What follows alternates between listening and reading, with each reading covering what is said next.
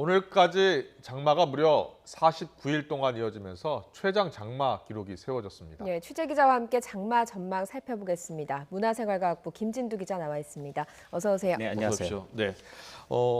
어제 태풍 장미가 지나고 난 뒤에 수도권에 집중호우가 쏟아졌어요. 얼마나 왔습니까? 태풍 장미는 예상보다 그렇게 큰 피해를 주지는 않고 지나갔습니다. 예. 발생 이틀 만에 경남 거제 부근에 상륙한 뒤에 내륙을 지나면서 급격히 약화돼서 포항 근처, 울산 근처에서 소멸했습니다. 예. 태풍이 굉장히 약해졌기 때문에 많은 비와 강한 바람을 동반하진 않았습니다. 대신 많은 수증기를 몰고 와서 한반도에 뿌려놨습니다. 예. 이 수증기들이 영향을 받아서 굉장히 많은 비들이 주로 경남 지역이 아닌 중부지방 쪽으로 내렸는데요. 서울, 경기와 강원도 지역에 굉장히 많은 비가 집중이 됐습니다. 가장 많은 비가 내린 지역은 경기도 양주 지역입니다. 예. 퇴근길에 시간당 100mm 정도의 비가 2시간 정도 이어지면서 총 강우량이 어제와 오늘 하루 사이에 252mm.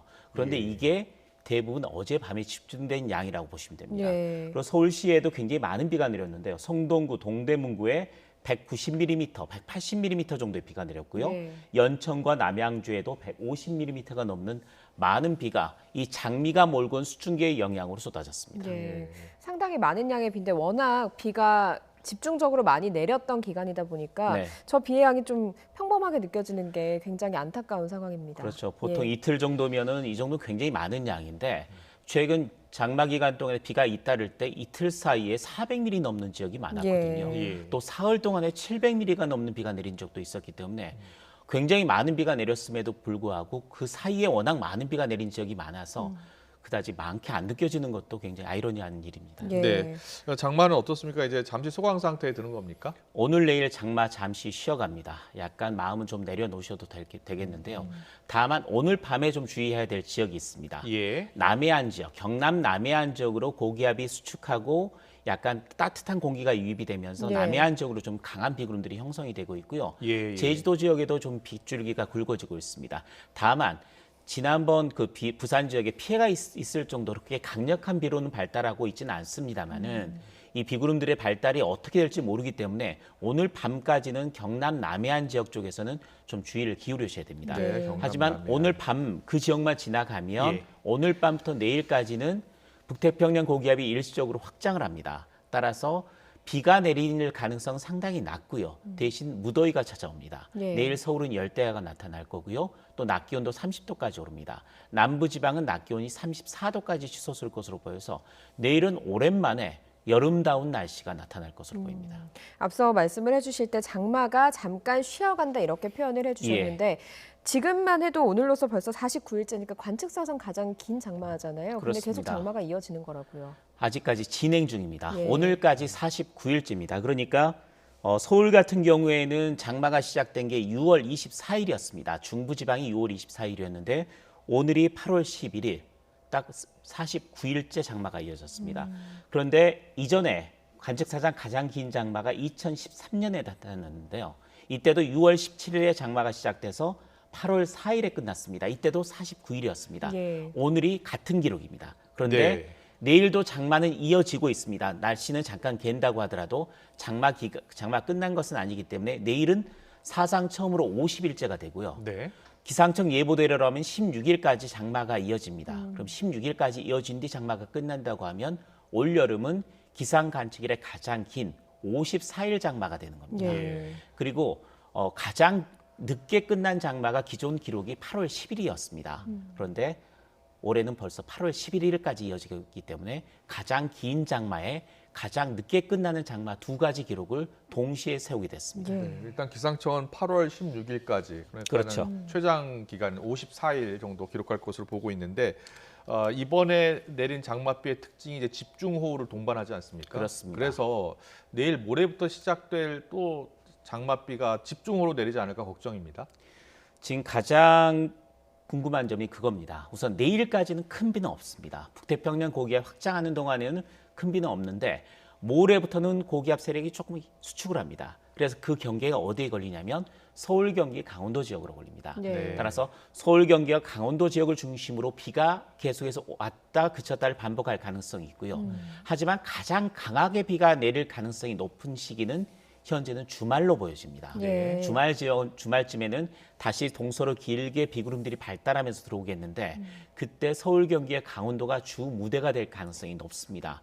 물론 그동안에 내렸던 비보다 오랫동안 지속이 되지는 않을 것으로 보입니다만은 네. 토요일 하루 동안 중부지방, 특히 서울, 경기, 강원도 지역에서는 집중호우 피해에 대해서 대비를 해야 될 것으로 보입니다. 네, 그런데 지금 남부지방은 폭염이 있는 곳도 있다고 하고 네. 이번에 보면 중부지방에 비가 내렸다가 또 비구름이 밑으로 내려가서 그렇습니다. 남부지방에 쏟았다가 또 올라오는 양상을 보였단 말이죠. 그러면 이번에 같은 경우에는 새로 올 비는 남부지방에는 피해를 입힐 가능성은 없습니까? 북태평양 고기압이 확장하는 상황이기 때문에 남부지방은 큰 피해를 났었던 남부지방은 이번 막바지 장마 기간 동안에는 잠깐 마음을 놔도 될 것 같습니다. 예, 그러니까 16일까지 기간 동안에는 주로 중부지방, 그러니까 서울, 경기, 강원도가 가장 주의를 해야 되지만 조금 더 범위가 넓어진다고 해도 충청 지역까지가 영향이 될 가능성이 있습니다. 예. 예. 16일 이후에 장마는 끝납니다. 장마가 끝난 이후에는 다시 북태평양 고기압 세력이 확장하지는 않고 수축하는 시기에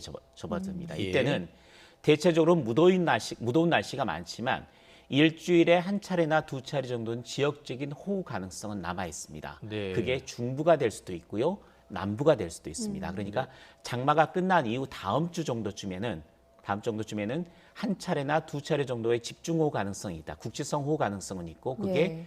중부에도 걸릴 수도 있고 남부에도 걸릴 수 있다. 이게 8월 말까지는 계속되는 현상입니다. 그러니까 네. 지금처럼 지속적으로 3, 4일 정도 이어지지는 않더라도 하루 정도는 지역적으로는 국지적으로 강한 비가 내릴 가능성이 있다라는 것은 꼭 염두에 두셔야 되겠습니다. 네. 네. 그러니까 이 장맛비가 끝난다고 하더라도 8월 말까지는 이제 주의를 해야 된다는 말씀이신데 맞습니다. 그 게릴라성 호우는 지금 어떤 구름이 형성돼서 그런 비를 뿌리는 겁니까? 보통 대기 불안정 요소가 굉장히 강해집니다. 예. 그러니까 고기압의 가장자리가 어느 지역에 걸리는지 고기압의 가장자리에서 대기 불안정 요소가 더 심해지기 때문에 네. 예. 그런 상황에서 수증기가 일부 공급이 되고 또 밤에 기온이 떨어지면 그 비구름들이 폭발적으로 발달하게 됩니다. 그래서 이런 예. 장마 뒤에 찾아오는 게릴라성 호우의 특징은 대부분이 야행성 폭우 형태를 띠게 됩니다. 예. 네. 이번 장마 기간에도 비슷한 현상이 많았었습니다. 예. 제가 기상청이 오늘 발표한 자료인데요. 예, 예. 7월 22일부터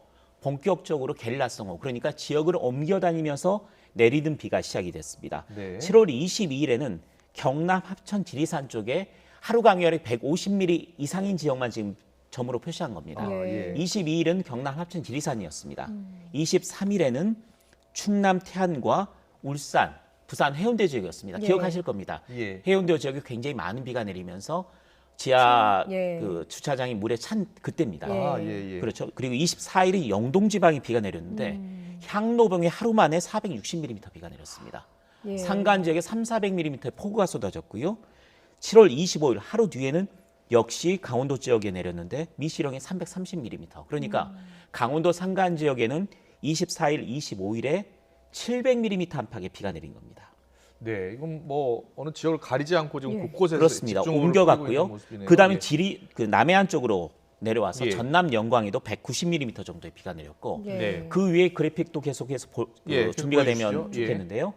7월 30일에는 전북 내륙하고 충청 내륙에 비가 내렸는데 예. 이때는 대전에 197mm, 아. 대전에 폭우 내렸을 예. 때입니다. 예, 예, 예. 그리고 전북 완주에도 176mm의 비가 내렸고요.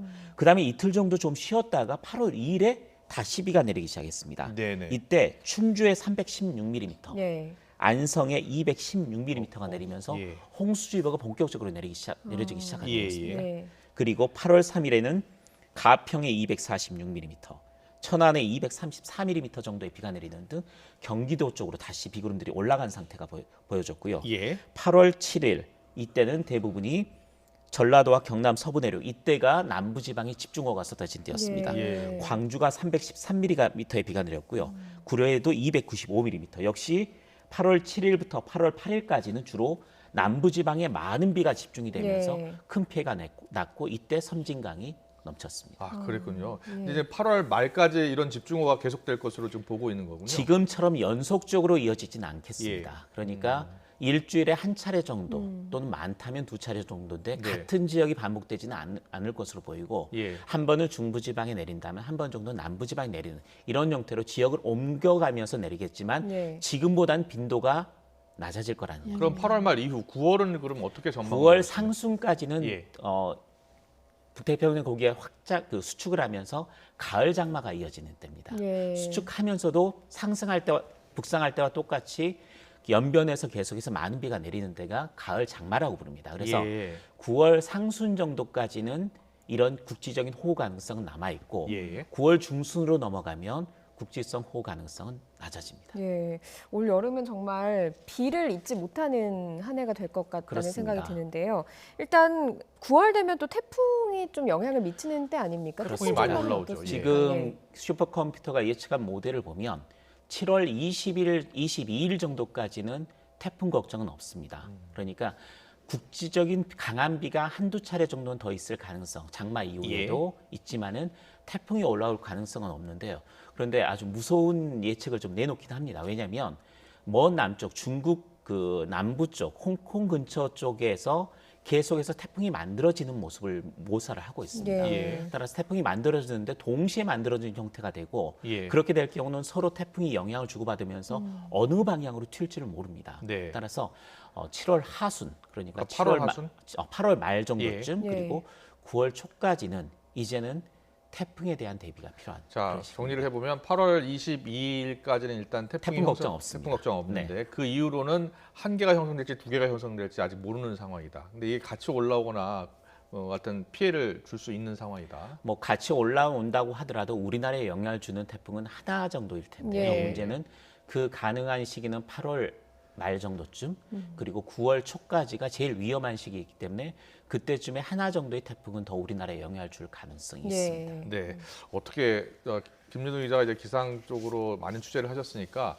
이게 이 최근에 우리 이 전국에 많은 피해를 준 집중호우 현상이요 점점 해가 갈수록 심해지는 것 같아요. 이게 매년 이렇게 반복될 수밖에 없는 그런 기상 상황입니까? 올해 나타나는 현상 극히 이례적입니다. 예. 올해 같은 현상이 또 반복될 것 같지는 않습니다. 예. 다만 매년 폭염은 더 심해. 무더위는 굉장히 심해질 원래 가능성은 올해도 높고요. 올해가 폭염은 그랬는데 올해가 정말 예보가 이렇게 그렇습니다. 떴었잖아요. 무더위 예보가 빗나간 대신 정말 보기 힘든 긴 장마와 많은 비 그리고 지속적인 비가 내린 거고요. 예. 이런 현상이 내년에도 똑같이 반복된다 그러지는 않을 것 같습니다. 네. 대신 올해 이런 긴 장마와 많은 비가 예고될 때 뭐 어떤 신호가 있느냐, 어떤 신호가 있었을 때 이걸 대비해야 되는지에 대한 교훈은 얻었습니다. 네. 그것은 북극 시베리아의 고온입니다. 아. 그쪽이 굉장히 고온 현상이 나타났을 때는 이번과 같은 현상이 또다시 나타날 수 있다. 그래서 네. 주의해야 된다라는 좋은 교훈을 얻었습니다. 알겠습니다. 알겠습니다. 여기까지 듣도록 하겠습니다. 지금까지 문화생활과학부 김진두 기자였습니다. 잘 들었습니다. 고맙습니다.